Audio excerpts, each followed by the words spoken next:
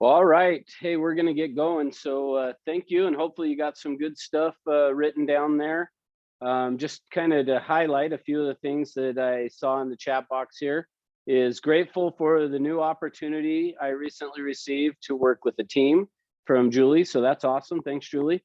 And Aaron said he's grateful for his morning routine and an empty, peaceful Jordan River trail in the morning. So for you guys in California, running down kind of the middle of the Salt Lake Valley is the Jordan River, and and there's a trail that goes along the side of that. So that's what Aaron's referring to. So that's awesome, and glad it was empty, that you didn't have all the homeless people along there. I'm kidding, sort of.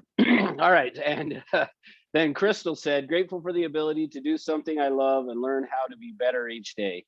And then somebody sent me a private message that said that they were grateful for President Trump and that he was the greatest president ever. So apparently they didn't dare put that in the chat box. So I don't know.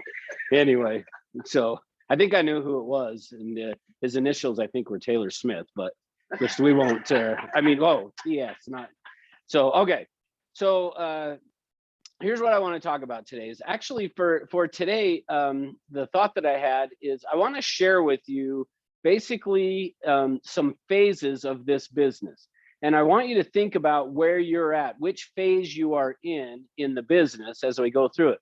But to set up for that, I want to tell you how I learned that. So let me kind of just share with you the background. So I came into real estate. The reason I went and got my real estate license is I was working at First Security Bank. So for some of you in Utah that are old enough, you'll remember First Security Bank. But I was working at First Security Bank, and I worked out in their operations department. So if somebody ever needed a photocopy of a check, or they had a problem, like that they had written a check and it went through for the wrong amount, then the department that I worked in, we would research that to either find the copy of the check, or we would go fix the error that had happened, which was called an encoding error. And while I was working there, somehow, and I don't even know how this came about, but somehow my wife and I got connected with a lady that lived in our neighborhood that was a real estate agent. She was going to go show us a HUD home. And we went and looked at that HUD home, and the house was $50,000. Now, it needed a little bit of work, but it was going to cost $50,000. And I remember looking at the house and going, "Ooh, I don't know, can we afford $50,000?" But I asked the agent, tell me about being a real estate agent. What's that like? And she explained it to me. And I remember thinking, wow, you're going to make 3%. So in that case, on what, $50,000, she was going to make $1,500, which seemed like a lot of money to me then. And I remember thinking, well, man, this seems like a pretty cool job. So I asked her, how would you do that? And she told me where to go to school. And again, for you guys in Utah, where most people back then for sure at least went, was Stringham Real Estate Schools. And so I went to and signed up for Stringham Schools. I went through and was doing it in the evening. So I would go to work during the day at the bank. And then after I got done at the bank, I would go to school and I would do the real estate school. Well, when I got done with real estate school and I decided I was going to do real estate, I had called up my uncle, who was a builder. And he had told me at the time that he paid his agents. He had 4 agents that sat his model homes. And he said he paid 2 of them over $60,000 a year. The other 2 he paid over $100,000 a year. And at the time I was making about $30,000 a year. And so at that time I decided that I was going to get my real estate license. It was my uncle. He'd have to hire me, and I could go sit a model home and make $100,000 a year.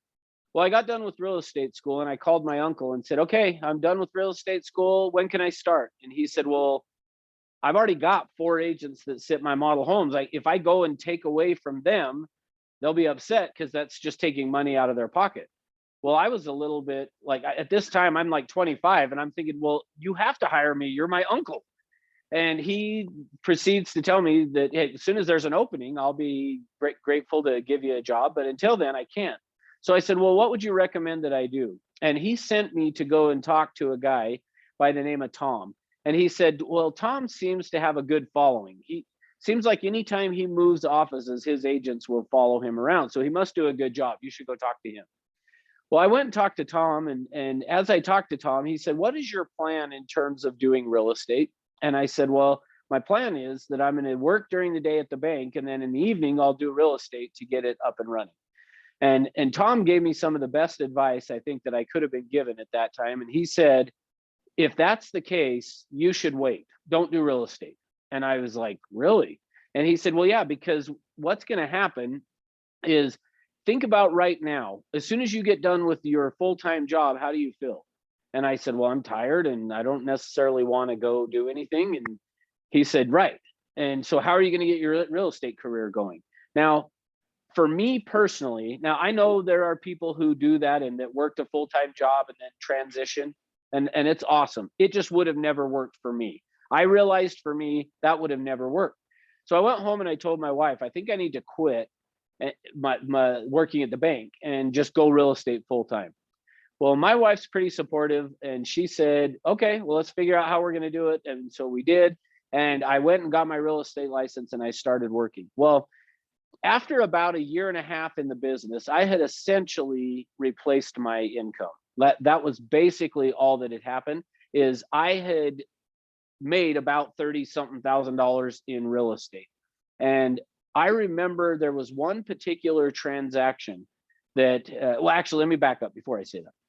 When I got started, the first thing I did is I went to Tom Pearson. I said, what do I do? How do I get my business going? And Tom said, well, here's what you need to do is you need to go and talk to 50 people every single day. So we go through and we talk about in our 12 steps to the summit of success of talking to 30 people a day. He told me, if you want to make the income you want to make, you need to talk to 50 people a day. So I started doing that. And what I would do is I would go door knock, and I would knock on doors at 10 o'clock in the morning. So from 10 until whenever I got to 25 contacts is how I would go door knock. Then I would go to lunch, and then a lady by the name Shirley and I would then meet up at the office in the afternoon, and I would jump on the phone and I would make cold calls until I got my other 25 contacts. So I was doing about 50 contacts a week. Well, here's the interesting thing is a year and a half into it, I'm doing 50 contacts a day, which essentially I did that every day. There was one day of the week that I would only do 25 instead of 50, but I was doing 50 contacts and I was making $30,000 a year. And I was frustrated. And I had one transaction that I remember that what happened with it was a build job. And I had a neighbor that was a kind of one-off builder. He would kind of just find a lot and then build some homes. So he didn't build subdivisions, but he would find a lot, he would buy it and then build homes. Well, he had a couple of lots in a neighborhood very close to my office. And I found a buyer that was interested in purchasing one of those houses, and we got it under contract. So I was on both sides of the transaction. And my wife said, if that deal doesn't close, you need to go find a real job. I'm going to have to go get another job. Well, that deal ended up closing. Now, the interesting thing with this, and this doesn't necessarily have anything to do with what we're talking about today, but it's interesting on this transaction for me, is I look back on that and I go, there must have been some divine intervention that this is what I'm supposed to be doing, because that deal should not have closed. And what I mean by that is I have only had one transaction in my career that ended up with the title company having to pay out on the title insurance. And that was the transaction. What ended up happening is the escrow officer had called up the builder and said, hey, I'm showing a lien on here for the developer for $15,000 or something like that.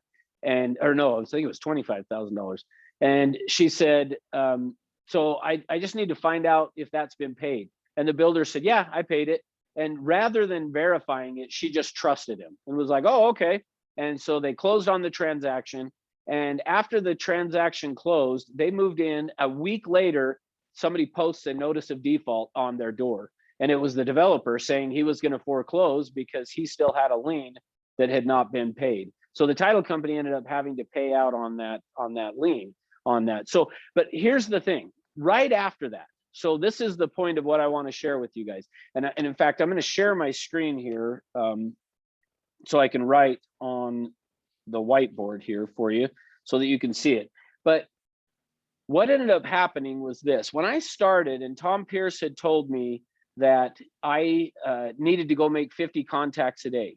What happened is not long after that, I met a guy who became a mentor for me and taught me a lot of the stuff that I use now in teaching and helping other agents to succeed, because this made such a big impact on me. And here's what he did is he drew this for me on a whiteboard, and I'm doing it on my iPad here, so I apologize for how poorly it's going to look, but I'll do my best. And he drew this. So this is the learning curve. What you're seeing right here is the learning curve, or half of a bell curve. So there's a great book out there that is called Mastery. And if you have not read it, I would recommend it. It's hard to find, but a book that's called Mastery. And in that book, that guy talks about how we master anything is going to look like this curve that you're seeing here that I have drawn here is this line. And what it means is anytime you are learning a new skill, any skill that you are learning is going to be a process that looks like this. You'll notice here where I'm kind of got this highlighter going back and forth, you'll notice that it's flat. And right there, what you're seeing where this flat part, I'm going to hold my iPad so you guys can kind of see what I'm drawing on here. But, oh, okay, good. So anytime you're learning a new skill, what's going to happen is as you start to learn that new skill, nothing's going to change. You're going to work on it and nothing is going to change. But then over time, as you continue to work on that skill, what's going to happen is that there's going to be this rapid increase in the skill. And then it will flatten out again for a little while, and then hopefully you'll take it up to the next level. Well, as I sat down with this guy and was telling him how frustrated I was because I was doing exactly what I was taught. I was taught, go do 50 contacts a day. You've seen in our 12 steps to the summit of success, go and make 30 contacts every single day. Well, I was doing it, but my business was not really going anywhere. And so as I sat down with this guy, what he taught me was this. Oops, if I can get my marker to start working again here. I know the red dots, the only thing wanting to work here. I don't know what's going on.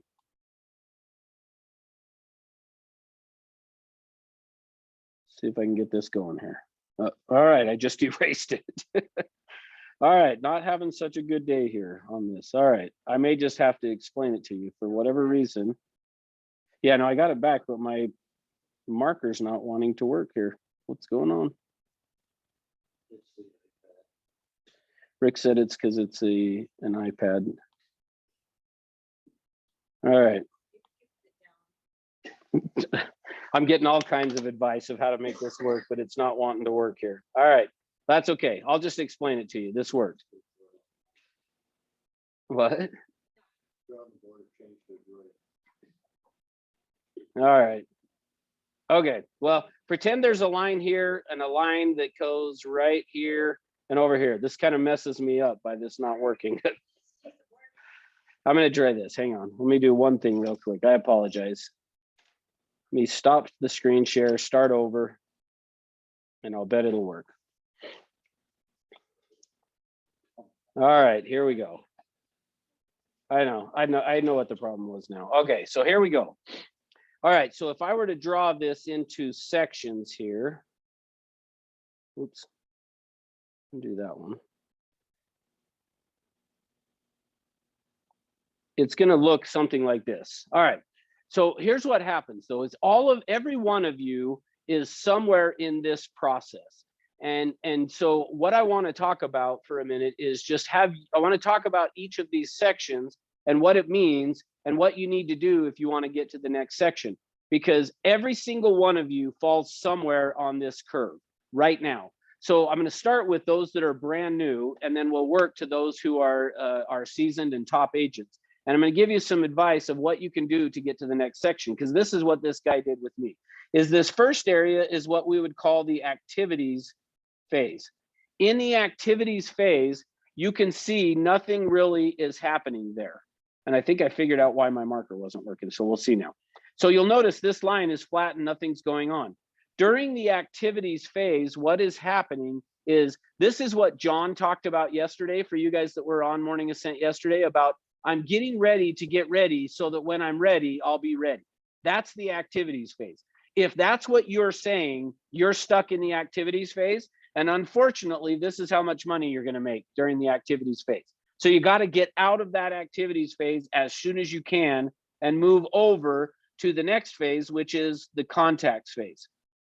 Now, you'll notice in this contacts phase that there starts to be some liftoff. And in fact, probably this line should go more like that. But you'll notice at the end part of this contacts phase that what happens is there starts to be some liftoff here, but not much. Well, see, that's where I was. I was stuck in this contacts phase where what was happening is, yes, I was out making 50 contacts every day, but the problem is I was making the contacts with the idea of just getting a contact. Meaning, when I knocked on somebody's door and they opened the door and they said to me that, hey, no, we're not interested, I didn't care. A no was just as good to me as a yes because I got it counted as a contact. And so what ended up happening is I was so focused on contacts that I wasn't getting appointments from it.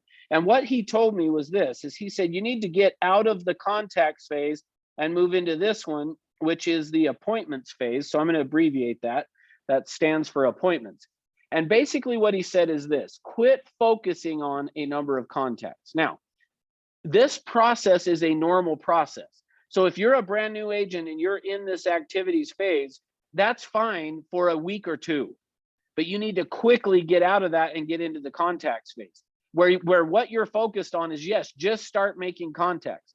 Once you have started making contacts and you're getting to where you are consistently doing that. So again, I would say 2-3 a month at most that you're in the contacts phase where you're focused on contacts. But what he told me, and I had been stuck there for over a year, was you have got to get out of this contacts phase and get into the appointments phase. In the appointments phase, what it looks like is this. I will set X number of appointments. So you have to decide how many appointments you're going to set.